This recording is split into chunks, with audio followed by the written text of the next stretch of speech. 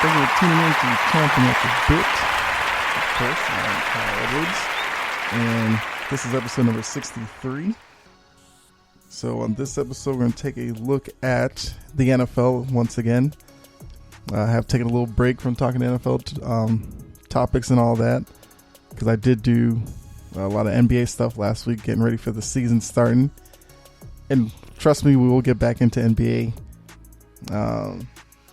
tomorrow, tomorrow's episode, where I will talk some award predictions in the NBA, but we'll get into that later on, and some other stuff down the line, which by the end of this episode, let you know what's in the week ahead. But this episode, all about NFL, as it is Sunday, so it's NFL Sunday. Kickoff is in about 35 minutes, so hopefully I can get this episode out to you before then, but if not, give you something to listen to while you're watching the game. So yeah, mainly doing picks, which I'll get into the whole where my record is right now later on. We'll also do like I normally do, give you 5 games that's on the slate that you should try to find a way to get a chance to watch them, because I think they're the 5 best matchups of the week. So get into that while doing the picks. And as I do the picks, do a little insight, of course. But what I do want to get started with was, now this is a topic that I have brought up on here weeks past, where, looking at the Philadelphia Eagles quarterback situation, I understand, Carson Wentz was an MVP candidate a few years ago, but he ended up hurting his knee last week of the season, and it seems like he hasn't really been the same since then. We all know the story. He got hurt. Nick Foles came in. Nick Foles won the Super Bowl against the Patriots, and Nick Foles' career has gone one way, where he went from Jacksonville to now being in Chicago, where, subsequently he's lost his starting job out there to Trubisky again. But now we're in a situation where Carson Wentz has been healthy all year, but he hasn't played well, and for some reason, Doug Peterson, the coach of Philadelphia, who you talk to analysts and all these guys around the league, tell you he's a great, young coach and all this kind of stuff. I kind of think he's overrated. He is getting a lot of hype off of that Super Bowl win against the Patriots, because, how that goes. See Eli Manning. You beat the Patriots, you automatically get elevated to a level that you probably shouldn't be at, but that's the way it goes. So they elevated Peterson to this great mind, great offensive mind in the NFL. And since that Super Bowl, what have we seen? Pretty much an average football team to below average. This year, they're definitely a below average team. Luckily, their division is a below average division, so they're still in it. Which is why I could not understand why he took so long in switching to Jalen Hurts. I get it. He's young. He's a rookie. He was probably, just to take Peterson's side, I guess he was probably waiting for Hurts to get a little more reps. And he was probably just holding out hope that Wentz would find his form. But I think this is kind of what sets apart a lot of organizations from Patriots. Now I bring up the Patriots a lot, of course. All of you have been listening. I'm a Patriots fan. But a lot of times, Belichick gets this bad rap as being, the guy who makes all these decisions. He doesn't care about kind of your status in the league. There's been a lot of representation of that. The whole Drew Bledsoe situation where he traded him to Buffalo. People thought he was crazy. Fast forward, Tom Brady, look what he's done. The whole Lawyer Malloy, where he did the same thing, traded him to Buffalo. They got blown out the first week. Ended up, I believe they won the Super Bowl that year because they went on a run.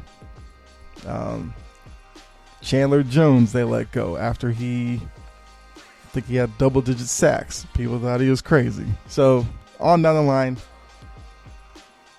Patriots have shown that, and I think a lot of organizations are afraid to do that with bigger name players on their team. And it's not just a Philadelphia issue with Carson Wentz, because I've also talked about other situations where I think these organizations need to come to realization that some of their big name talent needs to be moved out. I mean, I could get into detail with a bunch of teams. I'll probably save that for another episode. Yeah, I think I'll do that, because from looking at this Philadelphia situation, I have noticed around the league, I think like most teams have at least one big name guy that they should move on from, but they probably won't out of fear of, I don't know, what the city may think. Although luckily, I think the decision is easier for Philadelphia to make at this point, because Jalen Hurts has gone in the last 2 games, has played really well. They are 1-1, but he did pull off the win against the Saints, which was a big win for Philly. He lost last week to Arizona, but it was a close game. They lost by a touchdown, and Arizona at that time was a playoff team. Arizona is coming off a loss yesterday, so I think they actually might still be the final playoff team in the NFC, but yeah, that's not a bad game to lose, especially looking at how he beat the Saints, and the Saints are top seed in the NFC. So, but he did play well both games, and in those 2 games, Hurts played way better than any game you could say Wentz participated in. So for Philadelphia, Hurts is the guy finally. And like I said, luckily the division isn't that great where Hurts can, come in, play well enough, turn the season around, and they can maybe win that division. But my thing is, I hope Peterson doesn't have in the back of his mind, like if Hurts has a game where he's struggling in the first half, that he's going to bring Carson Wentz back in, hoping that the time away maybe, I don't know, lit some fire under Wentz. I don't want to see that. The only way Hurts needs to be pulled from a game at this point is if he gets hurt. Because we've seen Miami do this with Tua, where if he struggles in the first half, Brian Flores will bring in Fitzpatrick. Fitzpatrick, a couple of occasions, have come in and saved the Dolphins in a game. But that's a little different, because Fitzpatrick isn't a threat to Tua going forward. So you can do that as kind of teaching moments for Tua. Wentz is still young enough that if you bring him back in, he performs well, then you're kind of jerking around Hurts, and Wentz, like I said, is still young enough that if he played well, you could see him keeping his job there. And then you're kind of creating this whole thing where if Wentz is back next year, the very first moment he struggles, the fans are going to be wanting Hurts to come back in, and that could create a toxic locker room where you might have some division. I don't know. I don't know how well liked Wentz is. I'm sure he has his buddies on the team who would rather see him playing out there. So it can create a crazy situation. Wentz has also made it easier on them, saying, I don't want to be a backup in Philly, which to me, if I'm in Philly, I'm like, okay, whatever. I don't care. We're going to move you anyway. So, but don't think I'm like, killing Wentz here, because I do think Wentz is in a situation where he may just need to change the scenery. I still think there is some talent there with him. It's just that his time in Philly has probably run its course, and he just needs to move on. So now I do say that because I'm pretty sure Wentz will have a job somewhere next year. And once again, to bring up my Patriots, there's a good chance they may need a quarterback next year. So who knows? Maybe Wentz is in play there. Chicago which would be interesting if Wentz were to go to Chicago and take the job away from Foles and Trubisky, because Trubisky's a guy who could be moving on after his rookie deal. So Wentz will have plenty of opportunities to find work next year. Just it should not be in Philadelphia. But yeah, it's been a crazy year because Peterson. Somebody needs to ask Doug Peterson what made him stick with Carson Wentz so long. Because I've seen a few Philly games and I just never saw Wentz really look comfortable, which is another thing that's going to hurt him, because Hurts has come in with the same talent that people were trying to say Wentz was being held back because the offensive line wasn't good, the wide receivers weren't good, the running backs weren't good. Well, Hurts has taken that same talent and has made them look way better in these past 2 weeks. So that lets you know it's more on Wentz. It could be because Wentz is a mobile guy, but maybe after the knee injury, maybe he's more hesitant to just take off and run than when he first played, because when he first started, he was a guy who would scramble a lot. Hurts is a scrambling guy, and that's what he's been doing. He's making plays with his leg as well as his arm. And yes, if your offensive line isn't that good, then you have to be mobile. Because if you're just standing back there, you become an easy target. So hopefully Hurts gets the chance to kind of, take every snap these last 2 games. Best case scenario for Philly, he, gets the win in both and leads Philadelphia to the division title. Gets a playoff game. They'll probably get smoked, but it would be good to see him get some playoff experience in his first year. So, yeah, those are just my quick thoughts on that situation. Should have been done before, but I guess better late than never. And at least they hadn't fallen completely out of the division race. So, good luck to you, Jalen Hurts. I mean, today play the Cowboys, so a game that they have to have. One last quick note. I was done with Carson Wentz in Philly with that Cincinnati game where they took the tie. And I was kind of done with the whole Peterson is this great whatever. The fact that they were so scared to try to go for the win against a Cincinnati team with a rookie quarterback, I was completely off of that. I mean, I was never really on that bandwagon, but I was off of that whole hype train in Philly. So moving on to the rest of the slate of Week 16. Go ahead and give you picks as well as top 5 matchups. I'm going to kind of combine them because usually I would do the top 5 matchups and then go into picks, because usually picks were a little different. But since I'm going to pick every game, might as well just go through the picks, and then when I get to those top 5 matchups, go ahead and let you know those as well. So, for the Week 16 picks, hold on, gotta play the sounder. I mean, like I said, after going 1-6 a couple of weeks ago, I'm 40-46 on the year, which is a terrible percentage. Plan still to get to 60%, which is going to take a miracle at this point, but hey, we'll see. So 40-46 is 46.5%, which, I mean, I don't know what the average is for NFL, for picking NFL games.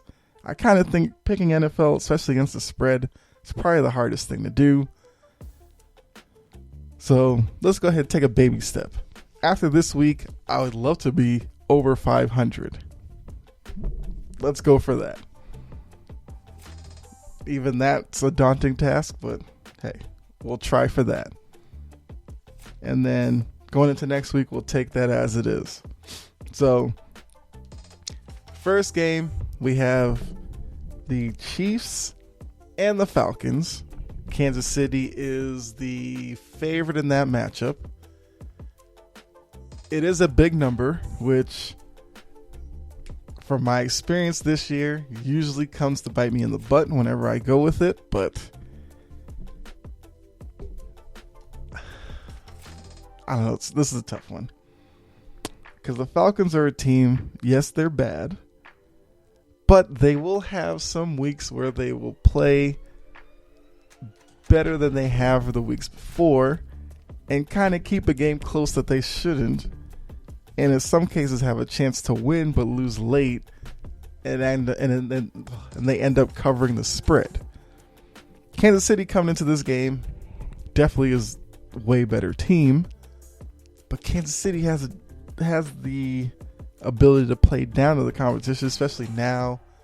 Last couple of weeks, I mean, they're still fighting for that number 1 seed, so they do have something to play for. I'm not going to say that they're completely checked out or anything. You know what? I'm going to go ahead and take Kansas City in this one. I'm probably going to get screwed by it, but whatever. So give me Kansas City minus 11. That's almost a 2-touchdown spread, but yes, I'll take Kansas City in this matchup. Expecting Patrick Mahomes to put up big numbers and I guess lock up the number 1 seed in the AFC. So give me Kansas City. Second game, it's Bears Jaguars. Surprisingly, the Bears are a favorite by over a touchdown in this matchup. Probably says more about Jacksonville because they're a team that is tanking for Trevor Lawrence thanks to the Jets winning last week, which we'll get into when I get to the Jets game on the schedule. But I do think the Jacksonville Jaguars will lose this game, but I think they will cover the 8-point spread. Maybe lose by like 6, maybe even 7. I think the players that will play, because they are sitting some guys who are probably, well, they're sitting their star running back for an ankle injury. But Chicago, you don't really know what you're gonna get out of Chicago. Chicago probably should win this by more than a touchdown, but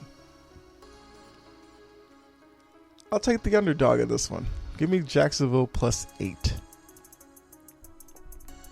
Next game, Bengals Texans. When the season came out, this would have been a great game. Joe Burrow versus Desean Watson, 2 young quarterbacks. You know, first time they get to showcase against each other. We all know Burrow got hurt a few weeks ago, which video did come out of Burrow kind of taking some steps in rehab. So it's good to see that he's coming along after the surgery. We probably won't see Burrow next year, but you never know because, hey, modern medicine is a magical thing. So maybe he can rehab it a little quicker than normal and come back sooner. Because like I said, Burrow has given Cincinnati something to look forward to in the future. And, I mean, he was playing really well. He probably could have won Rookie of the Year. But, no, fortunately, stuff happens. But in this one, the Texans are a 7.5-point favorite. I'm taking them in this one. I mean, neither team has anything to play for. But Desean Watson is the better quarterback here. The Texans have the better talent. Yes, they're going through their own crap too, but I think the Texans get this one. So I'll take the favorite, Houston, minus 7.5. Next game, Browns and those Jets who I just talked about. Jets coming in off of their win over the Rams, but by winning, knocked themselves out of the number 1 pick because they lose the tiebreaker against Jacksonville. So as of right now, Jacksonville would have the number 1 pick. Jets would have the number 2 pick. Now, Jets fans everywhere are losing their minds because Trevor Lawrence is supposed to be the next great thing. We'll have to wait and see about that. But I do think it's a little bit overboard, the fact that they are acting like at number 2 they can't get a quarterback who, could definitely change the fortunes of that franchise.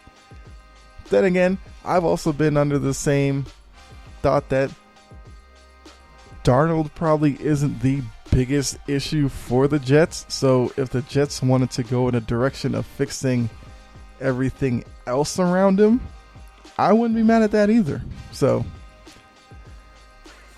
but it's the Jets. I don't know. They still think that they are this great team anyway, for some reason.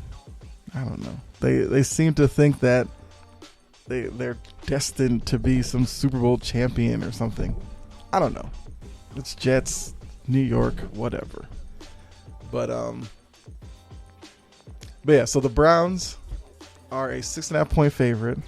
I'm taking the Browns minus 6.5 here, only because they're playing the Jets, and if Cleveland can get the win, so here's the if scenario. Cleveland can get the win. Pittsburgh loses today. Cleveland could find itself in a tie for that division by the end of the day.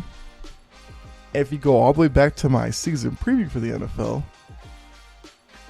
I believe I said Cleveland was going to win that division. And I know it probably wasn't the popular opinion because everybody loves Pittsburgh with Big Ben and all this stuff. And everybody loves Lamar Jackson in Baltimore. But from what we've seen this year, good chance that Cleveland could be the best team in that division this year. They have Baker Mayfield, who has taken maybe not the biggest leap, but has taken a small step forward. Nick Chubb is healthy now, looking like he could be the best running back, at least in the AFC. They have a backup in Kareem Hunt, who's probably the best backup running back in the league. Yes, they don't have Odell Beckham. They do have Jarvis Landry, although I think Jarvis Landry is out this week. That's going to be tough, but they have Peoples-Jones, the rookie, who's come in and has come on the last few weeks. So, yeah. I mean, the Jets, their defense isn't horrid. I mean, I think the Jets actually play well against the run, but they haven't really gone up against a team like Cleveland that wants to run first and then let Baker kind of work his way into it. So I think even with the Jets being a good running team, Nick Chubb will have a good day. And I think Baker Mayfield, Peoples-Jones, I think he'll get a touchdown. So I'll take Cleveland in this one. But the Jets, they could be riding high after that first win. And then again, after winning last week and all the backlash, maybe they look to pack it in a little bit. So give me Cleveland. Next up, Colts Steelers. So this is one of those games that you have to watch this week. This is one of the 5 best matchups. So we have the Colts going to Pittsburgh. Indy is 10-4, tied with Tennessee. Tennessee has the tiebreaker. So it's a chance for Colts to put some pressure on Tennessee. Tennessee has a tough game this week. Get into that later on in the picks here. But Pittsburgh right now is, I guess if you picture a dam, and like each week you're kind of finding a little hole developing and water seems to start seeping through. That's kind of what's happening with Pittsburgh here. It has been tough to watch. And that game against Cincinnati last week where they lost, big night, prime time, was it Monday Night Football? And Cincinnati went up against Pittsburgh, was the more physical team, and because that was the tougher team, played way better. And Pittsburgh right now looks like a team that could be heading for a very, very, very short postseason. Big Ben looks terrible. Big Ben looks like he has no arm strength. If you do follow the show, quick little plug, on Twitter at Chompin Podcast, I did tweet out about that during the game, where if you watch Big Ben throw the ball, it looks like he's throwing a lot of, change-ups instead of fastballs. Like he's taking something off the ball. I don't know if that's because, he did have the elbow injury last year. And I guess he's probably physically recovered from it. But in terms of his ability, it obviously seems like it's taken something away from him. So, and I think because of that, a lot of these defenses aren't really worried about him going deep too much, because I think there's questions about arm strength. It's looking a lot like, remember Manning, Peyton Manning, his last couple of years after the,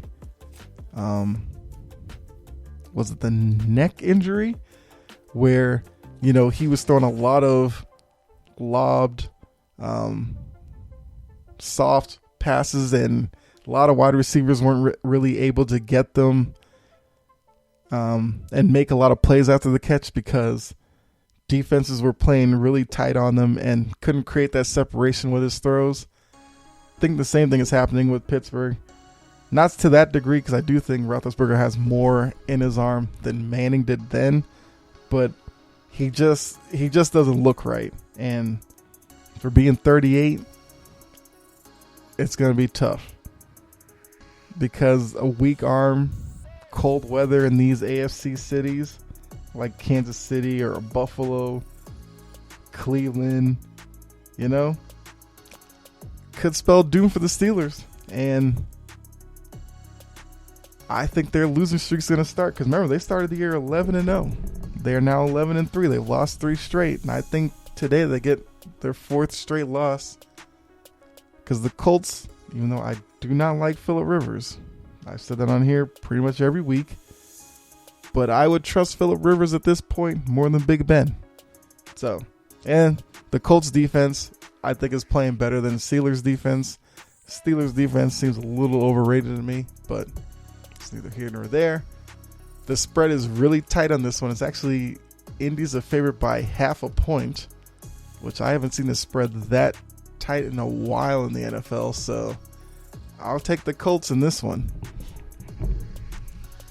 Next matchup. This one I'll probably put as another top 5 matchup. Giants and the Ravens, because the Giants are still fighting for the NFC East, which is currently being held by Washington. The Giants are a game out, so this is a game that the Giants need to win. I do think if the Giants lose this game, I think if the Giants lose and Washington were to win today, then the Giants would be eliminated. So the Giants need this one. They will get Daniel Jones back. And we've seen the Ravens have a pretty much up and down season. The Ravens are on the outside of the playoffs. And basically the playoffs have come down to Baltimore and the 7 teams that are in. Baltimore's the last team on the outside looking in that can make it into the playoffs, as the Raiders were eliminated last night. But you can kind of see what I just said about Pittsburgh for Baltimore. I'm not sold on Baltimore like a lot of people were coming into this year. And I think some people are still hoping Baltimore gets in for whatever reason. I just think that they're not that good right now. They have too many issues. A lot of them stem from Lamar Jackson. Yes, they had a good game last week, but I still think Lamar Jackson needs to become a better pocket quarterback, making plays with his arm, than he is right now. Not to say he can't get there, just that right now he's too predictable, where if he does throw it, it's usually over the middle to Mark Andrews, which is, it's a great target to have, but I think defenses are keying in on that. And if it breaks down within like a second and a half, he's looking to run anyway. So, yeah, the spread on this one as well is a pretty big one at 9.5. I'm taking the Giants in this one. I mean, for as bad as the NFC East is, I'm not mad at the direction the Giants are going in. I do think Daniel Jones has shown that he's a capable quarterback there. They have dealt with some injuries and all that, but man, I like the direction the Giants are going in. And defensively, the Giants have actually been pretty good this year, which has been kind of the issue there past couple of years. But this year it seems like they've kind of figured it out defensively. It was just offensively they had a lot of issues that kind of hurt them. So, they're a team that if they can get some offensive pieces in there in the offseason and in the draft, they could be a pretty decent team next year. But simply because I'm not that big of a believer in Baltimore, I'm taking the Giants here as the 9.5 point underdog to cover. Next matchup, we have the Broncos and the Chargers. Two teams, same record, 5-9. Neither one has any playoff aspirations at this point, of course. They've both been eliminated, but they do have two young quarterbacks, Drew Lock for the Broncos, Justin Herbert for the Chargers, that they're just trying to get some good feeling in those two. I mean, Herbert, his rookie year, has been pretty good. Even though, he was thrown into that position when Taylor had got hurt, like getting an IV injection or something, and would like puncture a lung or some story with him. Oh no, he had like a rib injury, and then they ended up puncturing his lung, so he's been out, and yeah. But Herbert has shown he's made for this league. Drew Lock is the Broncos quarterback for the future, at least the near future. I don't know, long term, how well he'll do there, but he's the best quarterback they have there now. So these are two teams, young quarterbacks in transition. I mean, it's not one of the top 5 games to watch, but at least for the two young quarterbacks, you could tune in. But I'll take the Chargers here, minus the 2.5. I do think the Chargers' offensive weapons are better than the Broncos with Eckler in the backfield and Keenan Allen on the outside. I know Hunter Henry's out, but I think the Chargers will be fine. So give me the Chargers minus 2.5. Next game, we got Washington football team, Carolina Panthers. Carolina, first 4 or 5 weeks looked like the team that might crash the NFC playoff party, and Teddy Bridgewater was looking good. I mean, it's still been a good year for Bridgewater, after the horrific knee injury he sustained in Minnesota. It's been a good bounce back year for him as a starter. And, they're a team in transition with a new coach, Matt Rule, but they signed Bridgewater for the next few years, and I think it was a good decision because he's shown he's gotten his mobility back in the pocket. He's thrown the ball downfield more than I thought he could this year, so that's definitely something to look forward to. But Washington, I mean, it's gonna be weird because they're coming off that week with the whole Dwayne Haskins story of him being maskless at a strip club and being stripped of his captaincy.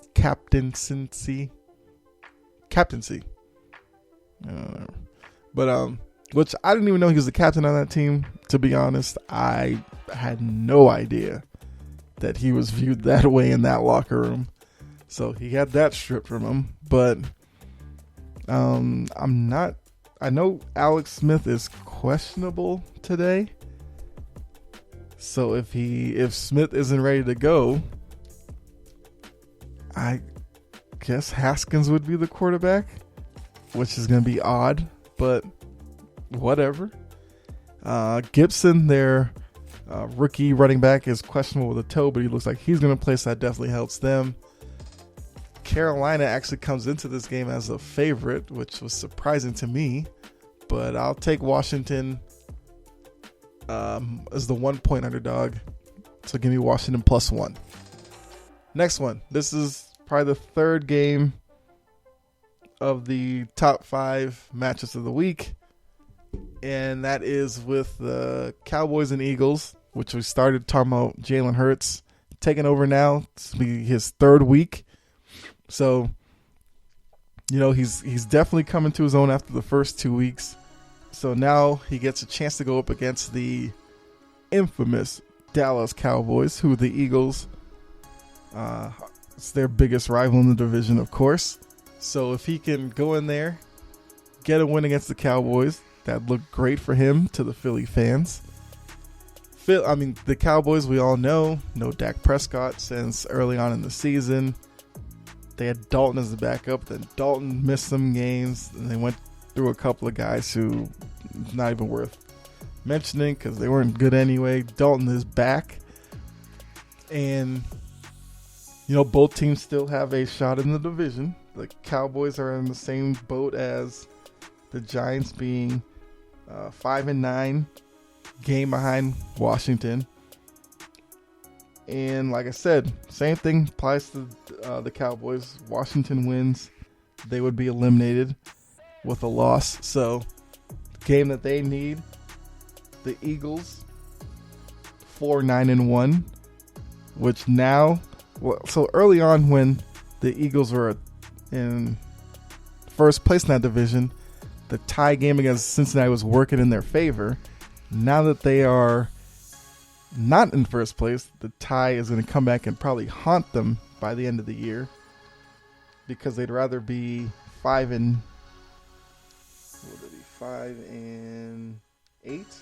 No, 5-9. Sorry, they'd rather be 5-9 right now than 4-9-1.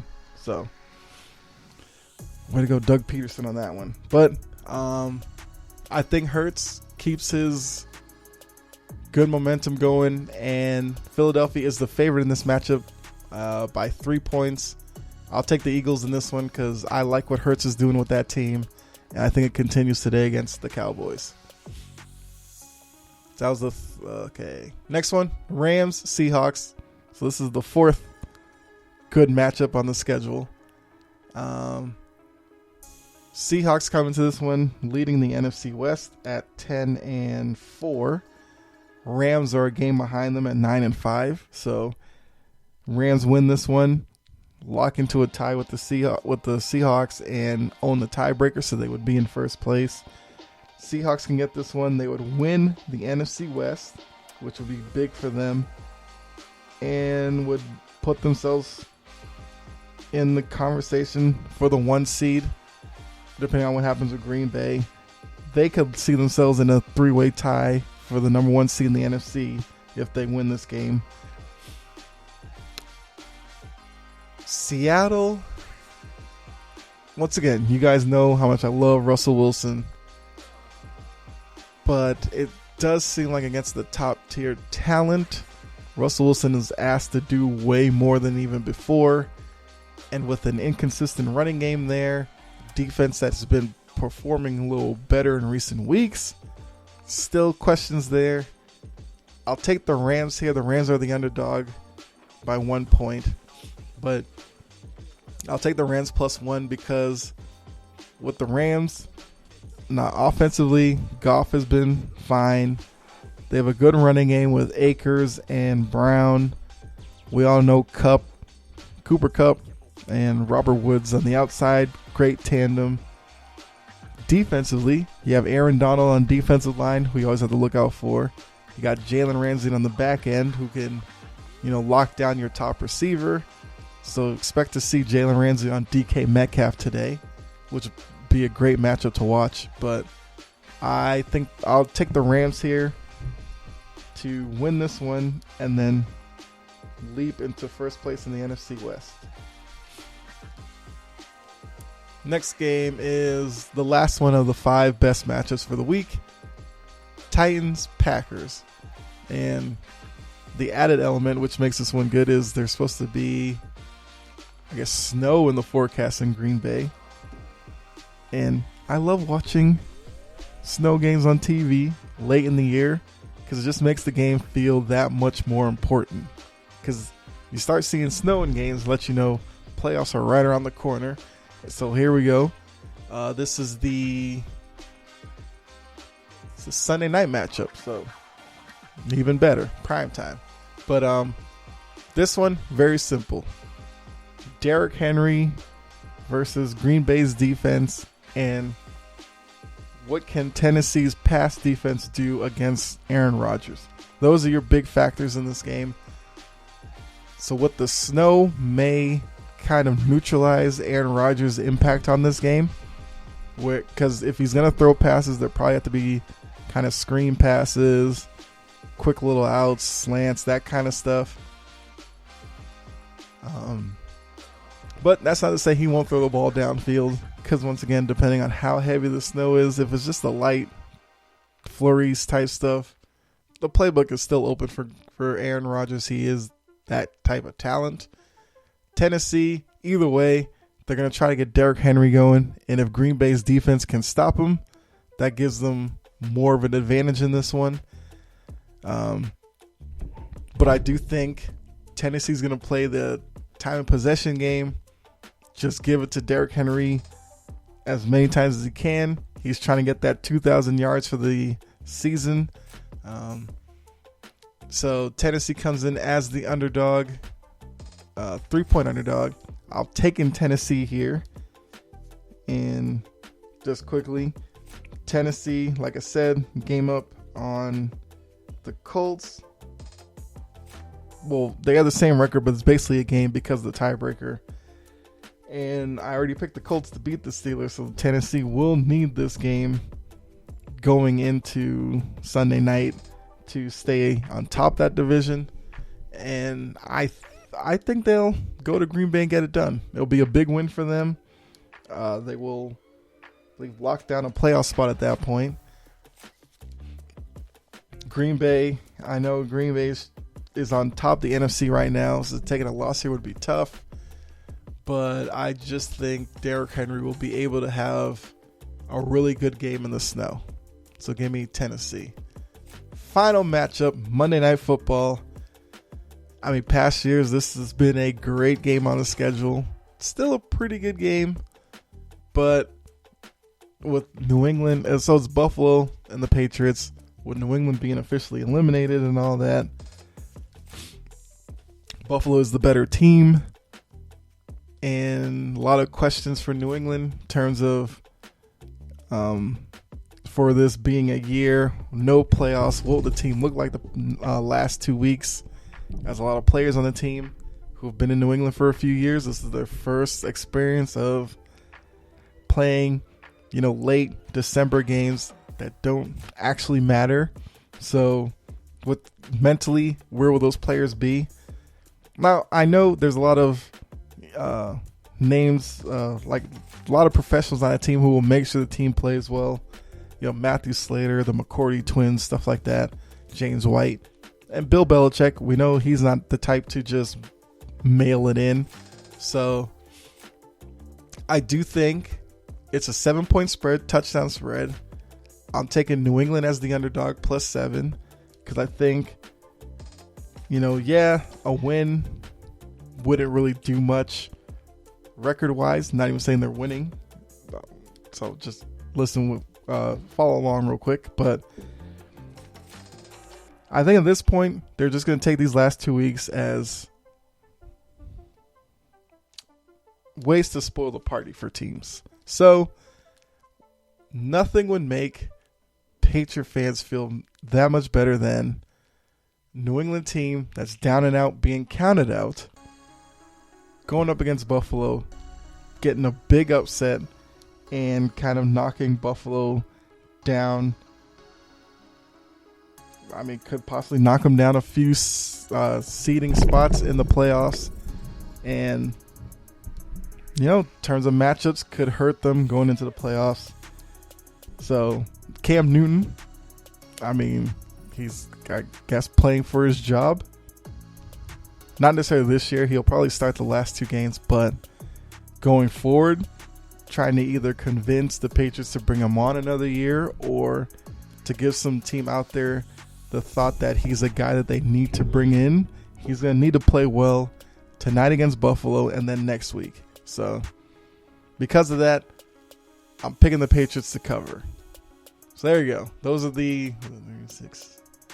12 matchups. Gave you my picks, so you can go ahead and do whatever you want with them. Like I said, hopefully I can make up that 7 games that I'm down below 500, make up that gap after this week, and then go into next week and try to get to that 60%.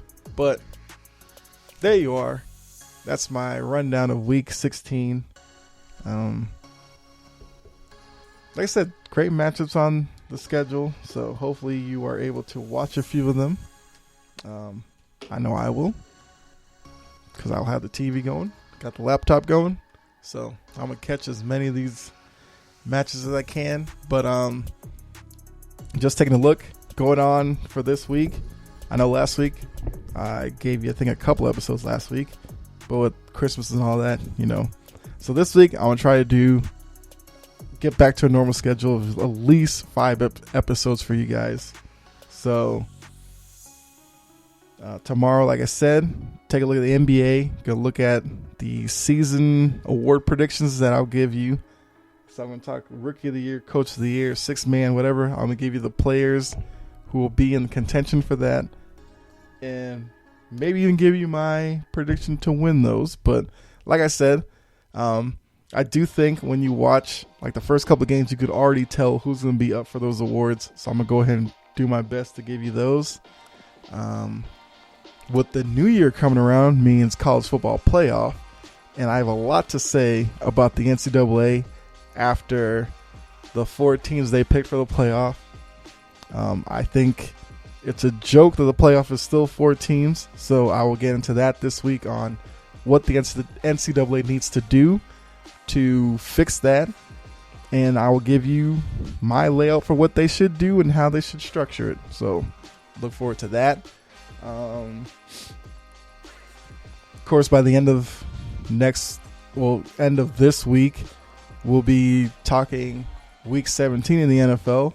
So we'll be looking at the NFL playoff picture, where it all stands, where it could still be decided. We'll look at that. And we'll also do some NBA topics throughout the week as well to see, after like the first week or so, who looks good, who's struggling early on, who could be a surprise. We'll do all that. So it's going to be a big week.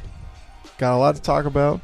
So hopefully you tune in and follow along with me. So once again, that's what to look forward to in the upcoming week. So, hopefully you guys had a great Christmas holiday. Got what you wanted, or, you gave great gifts. If you didn't get any gifts, maybe you got a chance to just kick back, relax, eat some good food, chill. Hey, nothing wrong with that. So, so 2020 is almost over, which 2020 has been a trying year for everybody. But so this week we'll talk about a lot, get you set for bringing in the new year. And we'll, look at 2021 as an opportunity for you guys and myself to just build this audience and just keep it going. So thank you guys for tuning in. If you're new, follow the show on Twitter at Chompin Podcast. You can follow the show's Facebook page, Chompin at the Bit. Wherever you are listening to this, definitely hit the subscribe button so you can be up to date whenever I release episodes. And if there's a place to leave a review, do that as well. But thanks again. Be safe out there. God bless. I'll check you next episode. All right.